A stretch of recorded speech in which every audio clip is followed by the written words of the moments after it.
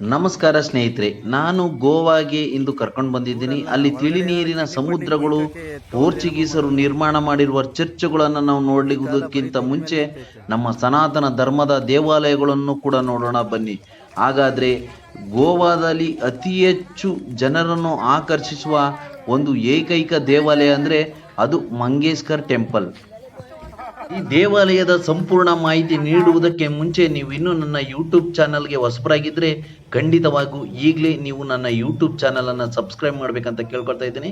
ಹಾಗಾದರೆ ಬನ್ನಿ, ಈ ದೇವಾಲಯದ ಸಂಪೂರ್ಣ ಮಾಹಿತಿಯನ್ನು ನಾನು ನಿಮಗೆ ಹೇಳ್ತಾ ಇದ್ದೇನೆ.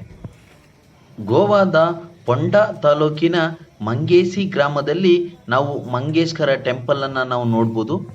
ಮಂಗೇಶ್ ಅಂದರೆ ಶಿವನ ಅಂದರೆ ಭಗವಂತ ಶಿವನ ಒಂದು ಸ್ವರೂಪವೇ ಈ ಮಂಗೇಶ್ವರ್. ಇಲ್ಲಿಗೆ ನಾವು ಬರಬೇಕಂದ್ರೆ ಸಾಂಪ್ರದಾಯಿಕ ಉಡುಗೆ ತೊಡುಗೆಗಳಲ್ಲೇ ಬರಬೇಕಾಗ್ತದೆ. ಆದ್ದರಿಂದ ಇದನ್ನು ಕೂಡ ಇಲ್ಲಿ ಮೆನ್ಷನ್ ಮಾಡಿದ್ದಾರೆ. ಅತ್ಯಂತ ಪುರಾತನ ಮತ್ತು ಜನಪ್ರಿಯ ದೇವಾಲಯವಾಗಿದೆ. ಇದು ಗೋವಾ ಹಿಂದೂ ಶೈಲಿಯಲ್ಲಿ ನಿರ್ಮಾಣವಾದಂಥ ಒಂದು ದೇವಾಲಯ. ಇದು 7 ಅಂತಸ್ತಿನ ಒಂದು ದೀಪಾಲಂಕಾರದ ಒಂದು ದೇವಾಲಯವೂ ಆಗಿದೆ. ಶಾಂತಿಯುತ ಪರಿಸರಕ್ಕೆ ಒಂದು ಹೆಸರುವಾಸಿ ಆಗಿದ್ದು ಮತ್ತು ಇದು ಪಣಜಿಯಿಂದ 23 ಕಿಲೋಮೀಟರ್ನಲ್ಲಿ ಈ ದೇವಾಲಯವಿದೆ. ಪೋರ್ಚುಗೀಸರು ಈ ಆಡಳಿತವನ್ನು ನಡೆಸಿರುವಂತಹ ಸಂದರ್ಭದಲ್ಲಿ ಸನಾತನ ದೇವಾಲಯಗಳನ್ನು ನಾಶಪಡಿಸ್ತಾ ಇದ್ರು. ಆ ನಾಶಪಡಿಸಿದಂತಹ ಸಂದರ್ಭದಲ್ಲಿ ಅಲ್ಲಿಯ ಜನಗಳು ಮೂಲ ವಿಗ್ರಹಗಳನ್ನು ಸ್ಥಳಾಂತರಿಸ್ತಿದ್ರು. ಅಂತಹ ಒಂದು ದೇವಾಲಯಗಳಲ್ಲಿ ಈ ಮಂಗೇಶ್ಕರ್ ಟೆಂಪಲ್ಲು ಕೂಡ ಒಂದು ಅಂತ ಹೇಳಲಾಗ್ತದೆ. ಮೂಲತಃ ಕೋಟೆಲಿಯಂನಲ್ಲಿದ್ದಂತಹ ದೇವಾಲಯವನ್ನು ಪೋರ್ಚುಗೀಸರ ಆಕ್ರಮಣದ ಸಮಯದಲ್ಲಿ ಪ್ರಿಯಲಿನ್ನ ಪ್ರಸ್ತುತ ಸ್ಥಳಕ್ಕೆ ಈ ದೇವಾಲಯವನ್ನು ಸ್ಥಳಾಂತರಿಸಲಾಯಿತು ಅಂತ ಹೇಳಲಾಗ್ತದೆ.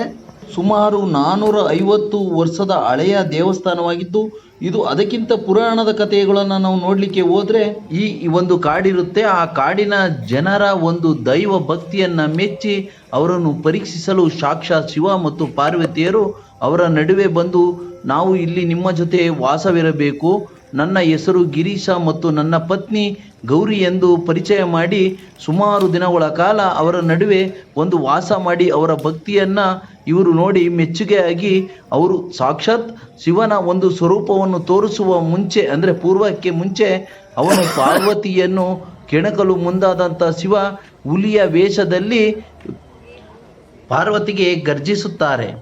ಭಯಗೊಂಡಂತಹ ಪಾರ್ವತಿ ದೇವಿಯು ತ್ರಾಯಿಮಾಮ್ ಗಿರೀಶ ಎಂದು ಕೂಗಲು ಶುರು ಮಾಡುತ್ತಾರೆ.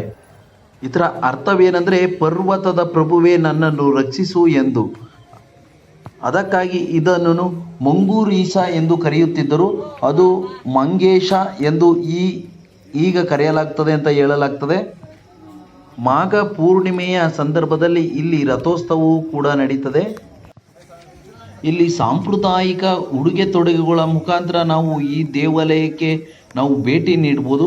ಆದರೆ ಒಳಗಡೆ ಚಿತ್ರೀಗ್ರಹಣ ಇಲ್ಲ. ನಾನು ಎಲ್ಲಿಗಂಟ ತೋರಿಸ್ತಾ ಇದ್ದೀನಿ, ಇಲ್ಲಿಗಂಟ ನಾವು ಚಿತ್ರೀಗ್ರಹಣವನ್ನು ನಾವು ಮಾಡ್ಬೋದು. ಶಾಂತಿಯುತ ಪರಿಸರದ ನಡುವೆ ಇರುವ ಈ ದೇವಸ್ಥಾನವು ಒಂದು ಅತಿ ಅದ್ಭುತವಾದಂಥ ದೇವಸ್ಥಾನ. ಇದು 7 ಅಂತಸ್ತಿನ ದೀಪಾಲಂಕಾರವನ್ನು ಹೊಂದಿರುವಂಥ ಒಂದು ದೇವಾಲಯ. ಅಲ್ಲದೆ ದೇವಸ್ಥಾನದ ಮುಂಭಾಗ ಅತಿ ವಿಶಾಲವಾದಂಥ ತಿಳಿ ನೀರಿನ ಒಂದು ಕಲ್ಯಾಣಿಯನ್ನು ಕೂಡ ನೋಡ್ಬೋದು. ಸ್ನೇಹಿತರೆ, ಇದುವರೆಗೂ ಈ ದೇವಸ್ಥಾನದ ಸಂಪೂರ್ಣ ಮಾಹಿತಿಯನ್ನು ಕೊಟ್ಟಿದ್ದೀನಿ ಅಂತ ಅಂದ್ಕೊಳ್ತಾ ಇದ್ದೇನೆ. ನೀವಿನ್ನೂ ನನ್ನ ಯೂಟ್ಯೂಬ್ ಚಾನಲನ್ನು ಸಬ್ಸ್ಕ್ರೈಬ್ ಮಾಡಿಲ್ಲ ಅಂದರೆ ದಯವಿಟ್ಟು ಹಿಂದೆ ಸಬ್ಸ್ಕ್ರೈಬ್ ಮಾಡಿ.